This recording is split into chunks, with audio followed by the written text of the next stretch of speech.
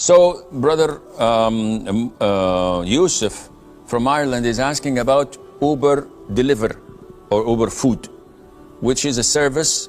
Uber company and many other companies worldwide are making a lot of money by connecting the dots.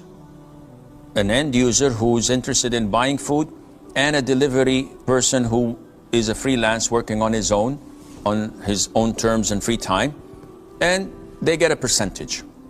Now the problem is that these restaurants give you a package and you do not know whether this package includes ham, haram food, or even intoxicants, beverages. So what is my role?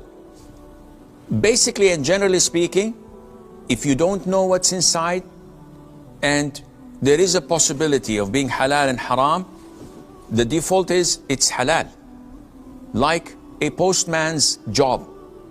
He takes letters, parcels, boxes, and delivers them. He doesn't know what's inside. Is he accountable? The answer is no. But if you knew that I'm taking a delivery from a bar or from a place that sells only pork chops, then definitely this is totally haram for you to deliver. The dilemma is, I don't know what the delivery is until I accept the order. There is no excuse for you. Once you accept the order and it says to you that this is haram, you cannot accept it. This may require a fine, they may block me. Rizq is in Allah's hands.